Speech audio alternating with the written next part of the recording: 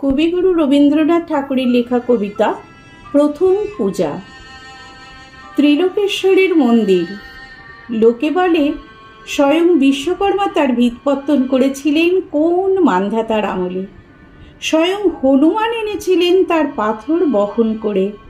ইতিহাসের পণ্ডিত বলেন এ মন্দির কিরাত জাতের গড়া, এ দেবতা কিরাতের। একদা যখন ক্ষত্রিয় রাজা জয় করলেন দেশ, দেউলের আঙিনা পূজারীদের রক্তে গেল ভেসে। দেবতা রক্ষা পেলেন নতুন নামে, নতুন পূজাবিধির আড়ালে। হাজার বৎসরের প্রাচীন ভক্তিধারার স্রোত গেল ফিরে। কিরাত আজ অস্পৃশ্য, এ মন্দিরে তার প্রবেশপথ লুপ্ত। কিরাত থাকে সমাজের বাইরে, নদীর পূর্ব পারে তার পাড়া। সে ভক্ত, আজ তার মন্দির নেই, তার গান আছে। নিপুণ তার হাত, অভ্রান্ত তার দৃষ্টি। সে জানে কি করে পাথরের উপর পাথর বাঁধে, কি করে পিতলের উপর রূপোর ফুল তোলা যায়। কৃষ্ণশিলায় মূর্তি গড়বার ছন্দটা কি। রাজশাসন তার নয়, অস্ত্র তার নিয়েছে কেড়ে। বেশে বাসে ব্যবহারে সম্মানের চিহ্ন হতে সে বর্জিত। বঞ্চিত সে পুঁথির বিদ্যা। ত্রিলোকেশ্বর মন্দিরের স্বর্ণচূড়া পশ্চিম দিগন্তে যায় দেখা। চিনতে পারে নিজেদেরই মনের আকল্প, বহু দূরের থেকে প্রণাম করে। কার্তিক পূর্ণিমা, পূজার উৎসব। মঞ্চের উপরে বাজছে বাঁশি, মৃদঙ্গ, করতাল। মাঠ জুড়ে কানাতের পর কানাত। মাঝে মাঝে উঠেছে ধ্বজা। পথের দুই ধারে ব্যাপারীদের পসরা। তামার পাত্র, রূপোর অলঙ্কার, দেবমূর্তির পট, রেশমের কাপড়। ছেলেদের খেলার জন্যে কাঠের ডমরু, মাটির পুতুল, পাতার বাঁশি। অর্ঘ্যের উপকরণ, ফল, মালা, ধূপবাতি, ঘরা ঘরা তীর্থবাড়ি। বাজিকর তারস্বরে প্রলাপ বাক্যে দেখাচ্ছে বাজি। কথক পড়ছে রামায়ণ কথা। উজ্জ্বল বেশে সশস্ত্র প্রহরী ঘুরে বেড়ায় ঘোড়ায় চড়ে। রাজমাত্য হাতির উপর হাও দেয়। সম্মুখে বেজে চলেছে শিঙা। কিংখাবে ঢাকা পালকিতে ধনী ঘরের গৃহিণী। আগে পিছে কিঙ্করের দল। সন্ন্যাসীর ভিড় পঞ্চবটের তলায়। নগ্ন জটাধারী ছাই মাখা। মেয়েরা পায়ের কাছে ভোগ রেখে যায়। ফল, দুধ, মিষ্টান্ন, ঘি, আতপ তণ্ডুল। থেকে থেকে আকাশে উঠছে চিৎকার ধ্বনি, জয় ত্রিলোকেশ্বরের জয়। কাল আসবে শুভলগ্নে রাজার প্রথম পূজা। স্বয়ং আসবেন মহারাজা রাজহস্তিতে চড়ে। তার আগমন পথের দুই ধারে সারি সারি কলার গাছে ফুলের মালা। মঙ্গল ঘটে আম্রপল্লব। আর ক্ষণে ক্ষণে পথের ধুলায় সেচন করছে গন্ধ বাড়ি। শুক্ল ত্রয়োদশীর রাত। মন্দিরে প্রথম প্রহরের শঙ্খ ঘণ্টা ভেরি পটহ থেমেছে। আর চাঁদের উপর একটা ঘোলা আবরণ। জ্যোৎস্না আজ ঝাপসা, যেন মূর্ছার ঘোর লাগলো। বাতাস রুদ্ধ, ধোঁয়া জমে আছে আকাশে। গাছপালাগুলো যেন শঙ্কায় আড়ষ্ট। কুকুর অকারণে আর্তনাদ করছে। ঘোড়াগুলো কান খাড়া করে উঠছে ডেকে, খুন অলক্ষ্যের দিকে তাকিয়ে। হঠাৎ গম্ভীর ভীষণ শব্দ শোনা গেল মাটির নিচে। পাতালে দানবেরা যেন রণদামামা বাজিয়ে দিলে গুরু গুরু গুরু গুরু। মন্দিরে শঙ্খঘণ্টা বাজতে লাগলো প্রবল শব্দে। হাতি বাঁধা ছিল, তারা বন্ধন ছিঁড়ে গর্জন করতে করতে ছুটল চারদিকে, যেন ঘূর্ণিঝড়ের মেঘ। তুফান উঠল মাটিতে। ছুটল উট, মহিষ, গরু, ছাগল, ভেড়া।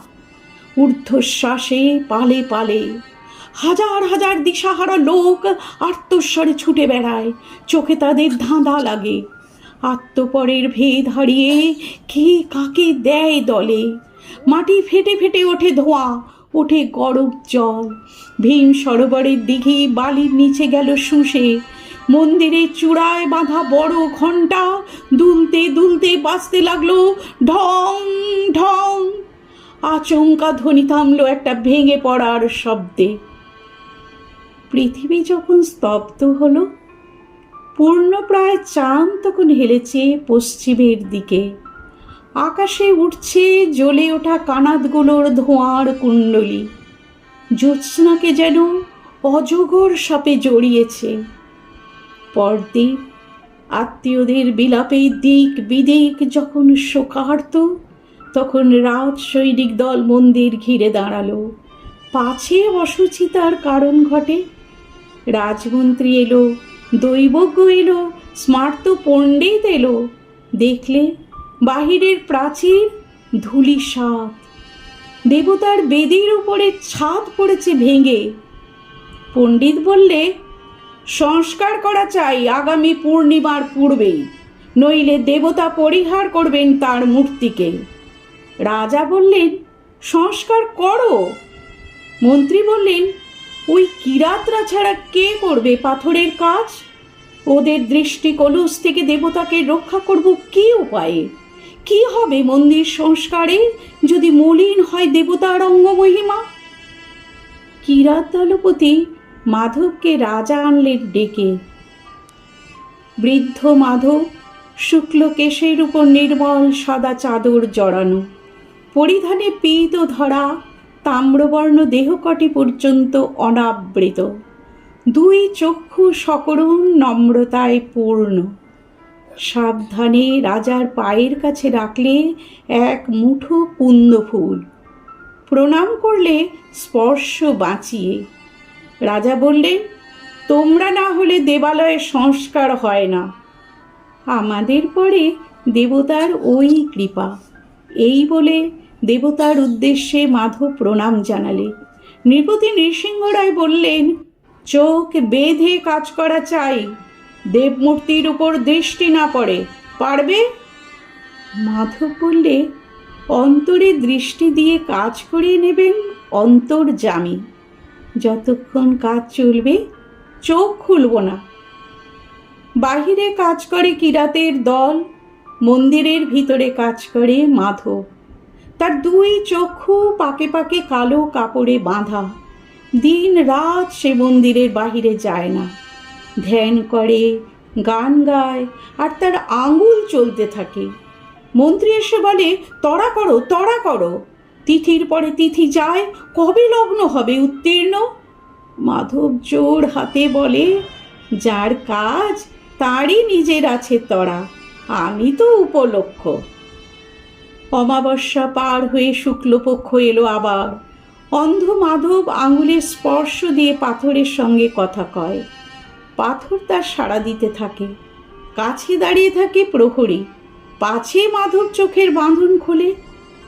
পণ্ডিত এসে বললে, একাদশীর রাত্রে প্রথম পূজার শুভক্ষণ, কাজ কি শেষ হবে তার পূর্বে? মাধব প্রণাম করে বললে, আমি কে যে উত্তর দেব? কৃপা যখন হবে সংবাদ পাঠাবো যথাসময়ে, তার আগে এলে ব্যাঘাত হবে, বিলম্ব ঘটবে। ষষ্ঠী গেল, সপ্তমী পেরোলো, মন্দিরের দ্বার দিয়ে চাঁদের আলো এসে পড়ে মাধবের শুক্ল কেশে। সূর্য অস্ত গেল, পাণ্ডুর আকাশে একাদশীর চাঁদ। মাধব দীর্ঘ নিঃশ্বাস ফেলে বললে, যাও প্রহরী, সংবাদ দিয়ে এসো গে, মাধবের কাজ শেষ হলো আজ, লগ্ন যেন বয়ে না যায়। প্রহরী গেল। মাধব খুলে ফেললে চোখের বন্ধন। মুক্ত দ্বার দিয়ে পড়েছে একাদশী চাঁদের পূর্ণ আলো দেবমূর্তির উপরে। মাধব হাঁটু গেড়ে বসল, দুই হাত জোর করে। এক দৃষ্টে চেয়ে রইল দেবতার মুখে, দুই চোখে বইল জলের ধারা। আজ হাজার বছরের ক্ষুদিত দেখা দেবতার সঙ্গে ভক্তের। রাজা প্রবেশ করলেন মন্দিরে।